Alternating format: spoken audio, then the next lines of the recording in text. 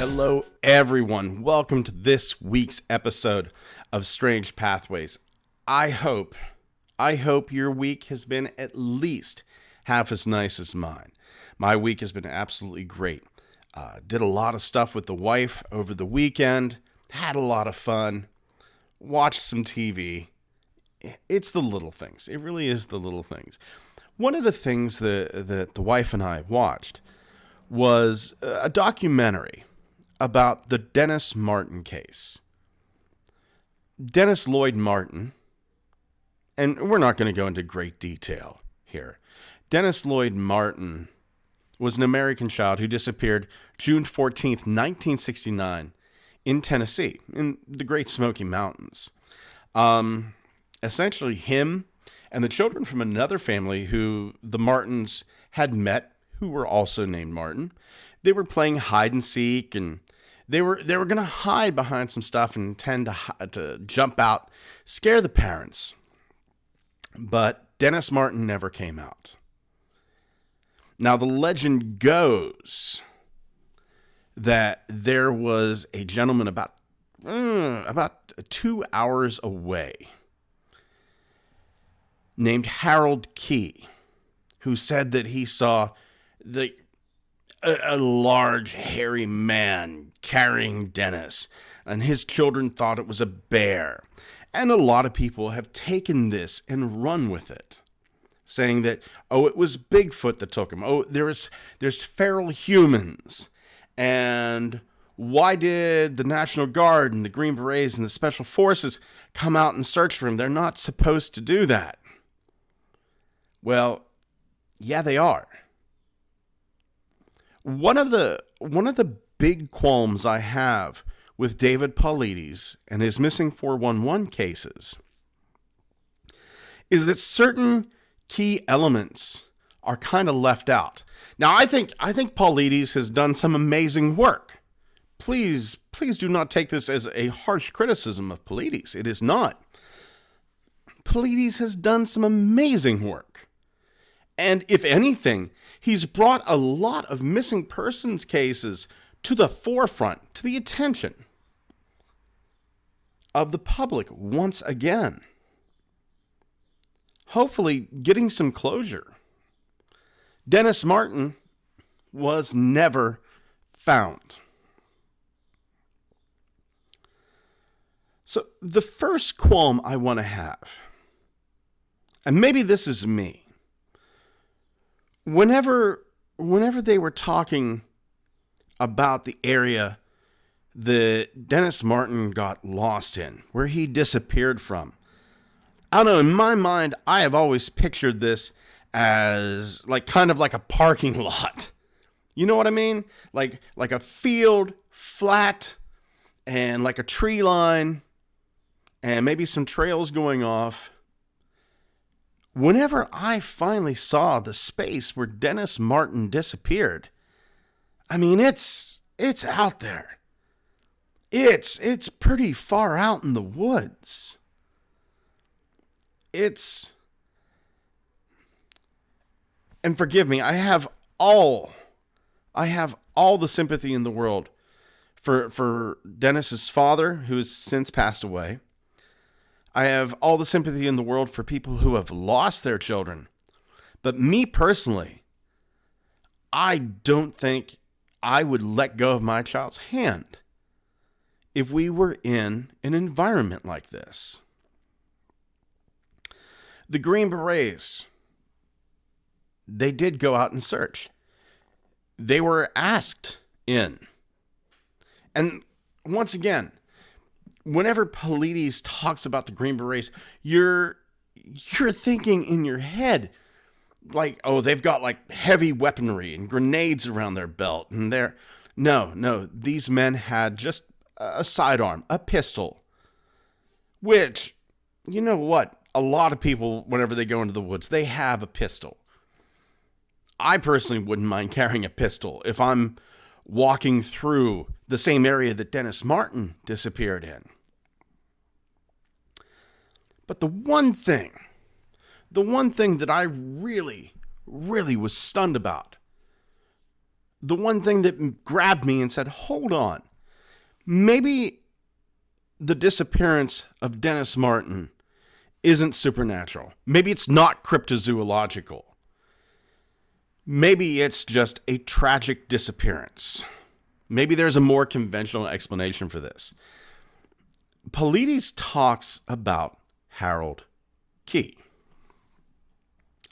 Harold Key was out walking with his children, and they wanted to see bears.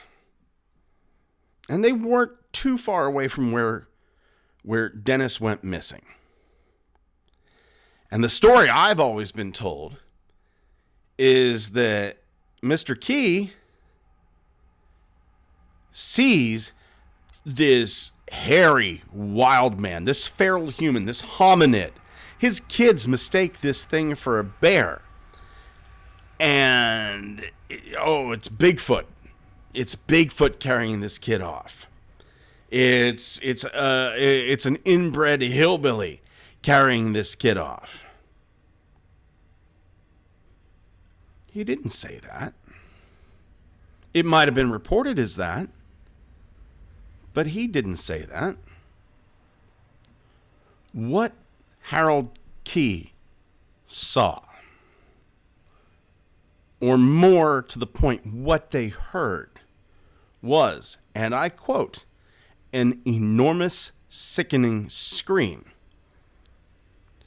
And then,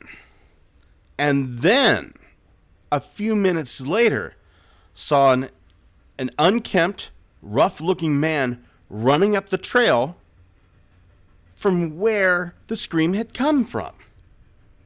Not a Bigfoot, not a feral human. We're talking about just a rough-looking guy. Guess what I am? I'm a rough-looking guy. The man that Key sees, this unkempt man, gets into a white car and drives away. This was not a Bigfoot. This was not a feral human being. At best, he was a moonshiner. And that's what Key thought he was. Key thought he was a moonshiner. Now you couple that with Dennis Martin was reportedly seen. A witness saw him in a white car. You see what I mean? You see what I mean about this? Everybody wants the supernatural explanation. But really what I want is the truth.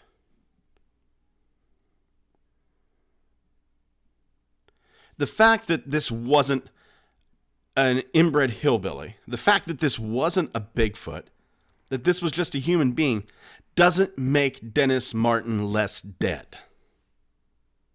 It doesn't make him less important. It doesn't make him less interesting.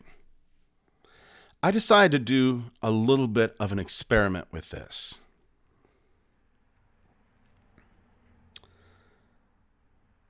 I love the paranormal boards on 4chan. And with this, I decided, let's try to do a remote viewing experiment. So I posted. I put 2 questions on a piece of paper in an envelope and marked them with the numbers 57251, 721.5.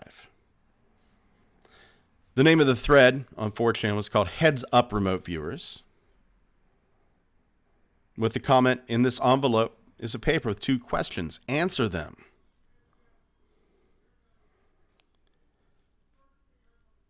And I was hopeful. I really was hopeful. There was a lot of people not taking it seriously, and that's fantastic. Like the name of your cat is Jack. Green grass and a round window. No in 10. Some guy in an amazing amount of cleverness asked, why is there 3 questions? Some of them are kind of interesting. Most are like us, machine and living tissue. 17, 5 days from now.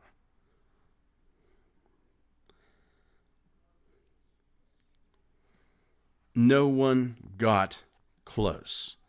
And I'll post a link. I'll post a link to a PDF where you can see all the answers for yourself. Now, I know this isn't going to be very much. I'm going to open this, and there it is. That's me opening the envelope. And I'm going to read the questions to you.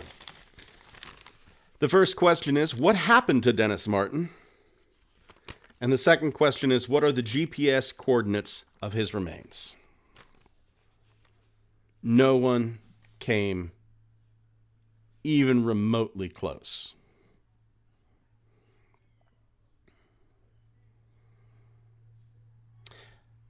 I thought it would be an interesting experiment. I honestly didn't expect any true results from this.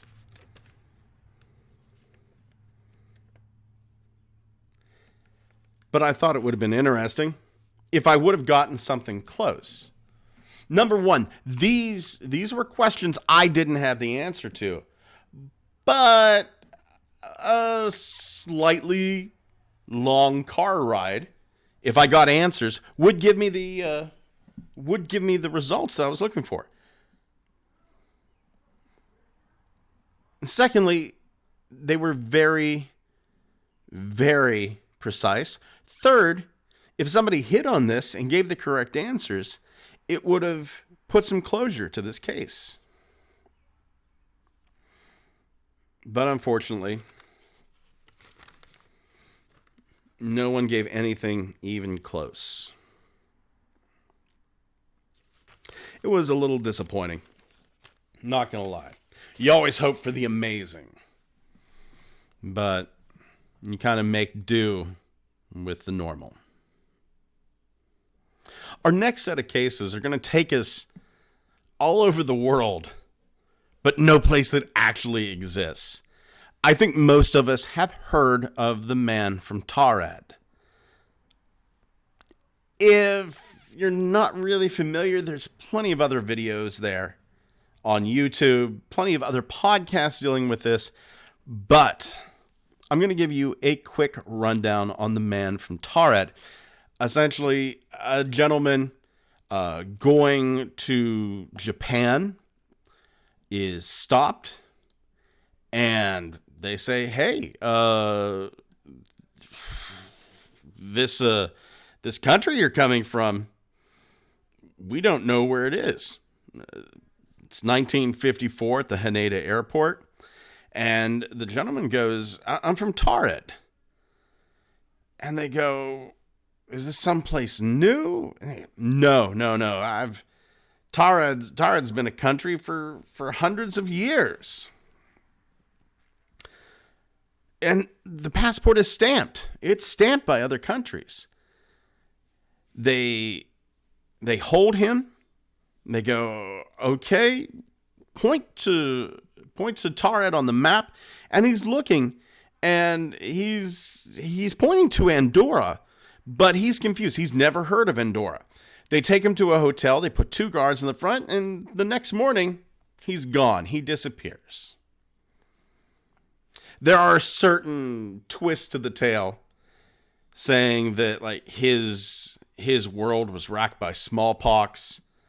But, there was a smallpox outbreak. I've only heard of that a few other times. They had some of the smallpox vaccine was missing from the Japanese hospital. I don't put a lot of stock in that. But he's not the only person who has come, supposedly, from a world outside of this world. There are a lot of people who turn up from countries that just don't exist.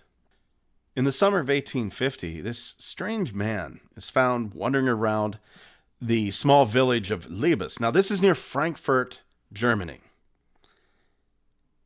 He was speaking German, but just barely. Just barely. And it's 1850.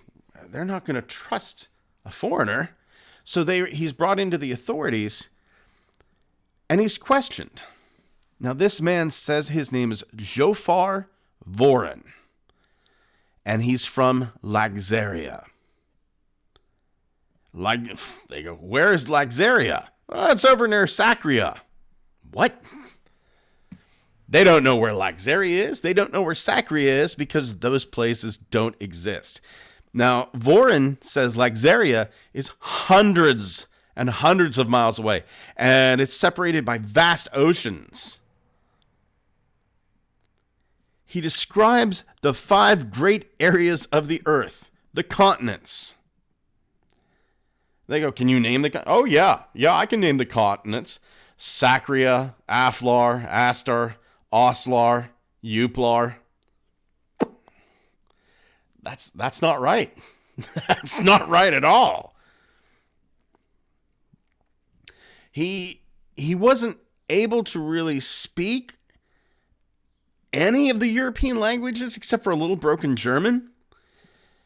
He said he could read and write what was called Laxarian and Abramian. And he says, oh, Abramian, it's the written language of the clerical order in Laxaria. It's the other common language of my people. He says his religion is Christian, but really just in form and doctrine. They get that the religion he is called Ispatian. Now, he said he had come to Europe to find a long-lost brother, but he suffered a shipwreck on the voyage. He didn't know where the wreck was. He didn't know how he arrived in Germany. He couldn't trace his route on shore on any map.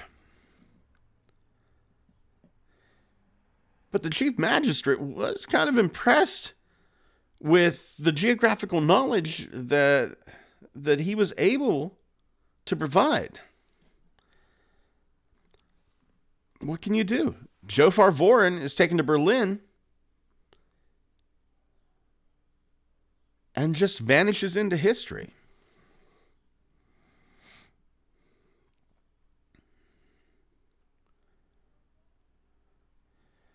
Now, of course, a lot of people are thinking that he's some sort of time traveler, a dimensional traveler, like the man from Taured.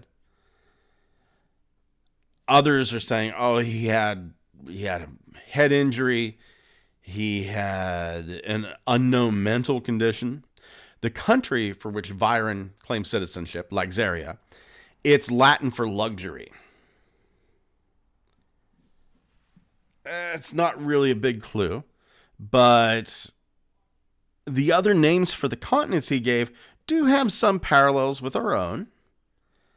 Aflar, Africa, Aslar, Asia, Oslar, Australia, Uplar, Europe. Is that South America? Sacria? Why is there no Nacria? North America. Why would you have a Sacria without a Nacria?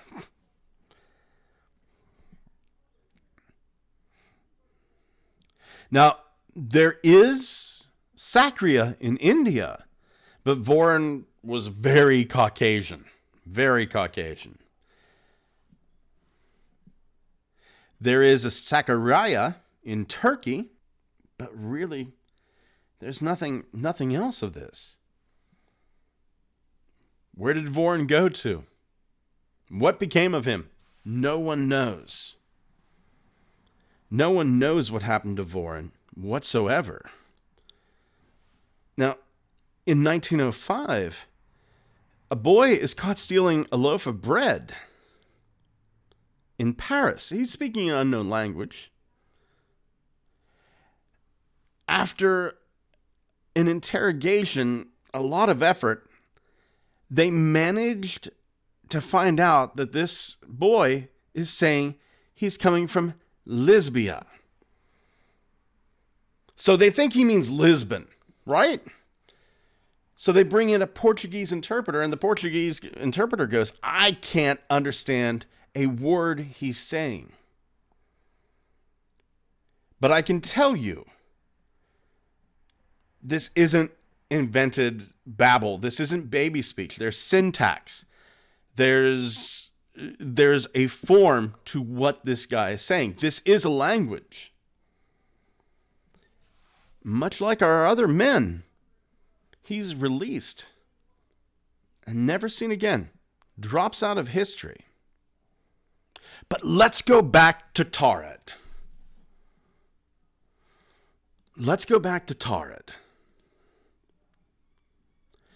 And I want to tell you about John Allen Kuchar Zegras.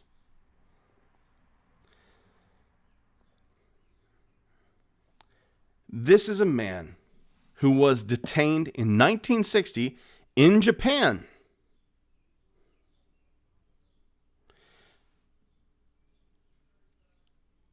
In October 1959,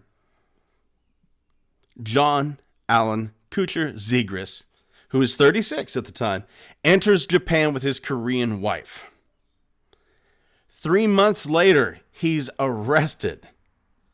He had tried to cash a 200,000 yen check, a $140 traveler check at the Japanese office of Chase Manhattan Bank, and 100,000 yen at the Japanese office of the Bank of Korea. Zegras claimed to be an ambassador of Negus Habas. Negus Habas. I've never heard of Negus Habas. He also says he's an American spy, and he says he has diplomatic immunity. You can't hold me. And they kind of look at him and go, hey there, Zegras. You want to tell us where Negus Habas is? Because we've never heard of it. And he goes, it's south of Ethiopia. And then he holds out his passport, which is the size of a magazine. And on the front is written the words Negus Habesian in a script that kind of looks Arabic. And the officials go, this is fake. And they were right. But it did contain the stamps of the Japanese embassies in different East Asian countries. And a visa had been issued by the Japanese embassy in Taipei. Now, Zegras had said he was born in the United States. He moved to England through Czechoslovakia and Germany and attended high school there. During World War II, he said he was the pilot of the Royal Air Force. Once captured by the Germans, after the war lived in Latin America, became a spy for the Americans in South Korea, served as a pilot in Thailand and Vietnam, and then assigned by the United Arab Republic with a mission and became a diplomat to Negus Habas. After contacting all these countries that did exist, it became really, really clear that John Allen Kuchar Zegras was full of crap. All the seals in his passport were proven to be fakes. On August 10th, 1960, the court in Tokyo reviewed the case. Zegras is sentenced to 1 year in prison. And he tries to commit suicide. He tries to commit suicide right in the court with a piece of glass. Tries to cut his arms open. After that year is up, after the release, he's deported from Japan to Hong Kong, and his wife is deported to South Korea. Now, after this, there's an incredible game of telephone going on.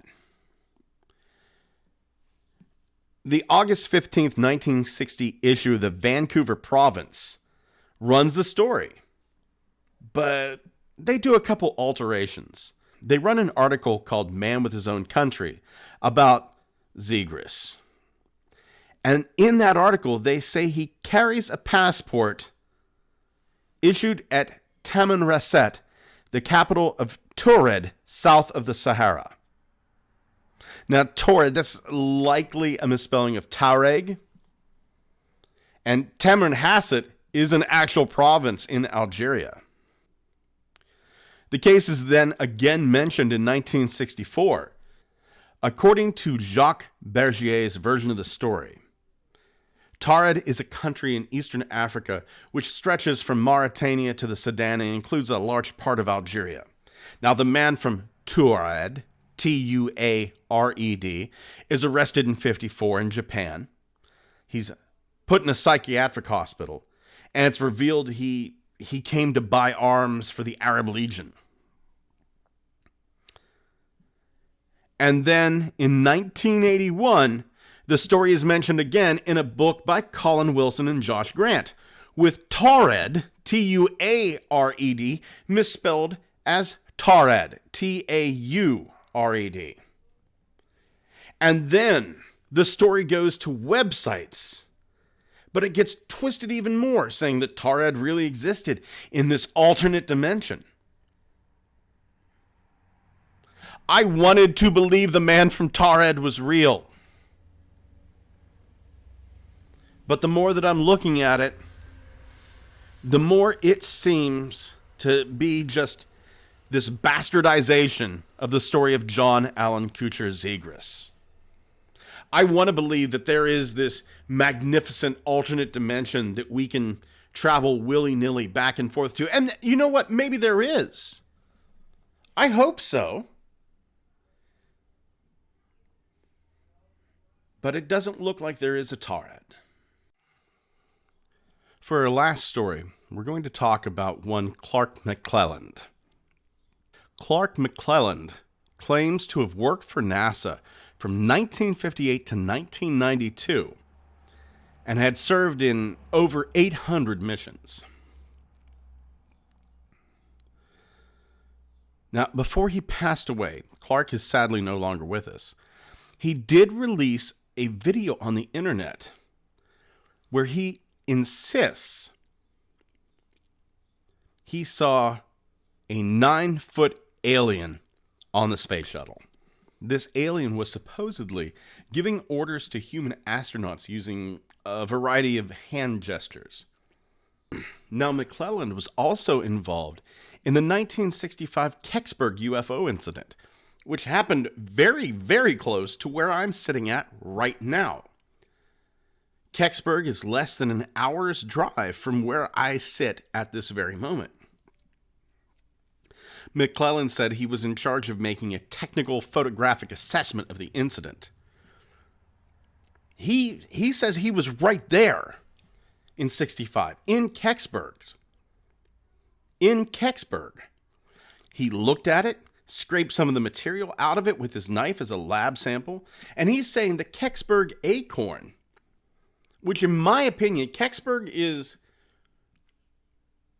probably the second most likely genuine UFO crash in the United States. Roswell is definitely number one, but Kecksburg is a very close number two. He says the acorn-shaped object that crashed in Kecksburg was approximately 10 to 12 feet long and about 6 to 7 feet wide in diameter. McClelland also says that he spoke to Dr. Wernher von Braun in 1969 and asked him, "Why do you think the aliens are here? Why are they exploring Earth?" Wernher von Braun told him, "These other intelligences are and have been exploring the Earth for many thousands of years. Earth is a nursery for many cultures from the stars. Our human society is actually many groups of various cultures from distant planetary systems, which explains the various cultural, religious beliefs, languages, general life customs, food, physical appearances, tall, short, wars of discord, etc. that exist on Earth." Now, McClellan claims that NASA fired him after he made the video about the interaction between the 9-foot alien and the astronauts. And they took away his pension, leaving him only Social Security. And scrubbed him from NASA's records. Now, I do admit that does seem kind of convenient. But they did the same thing to Bob Lazar, didn't they?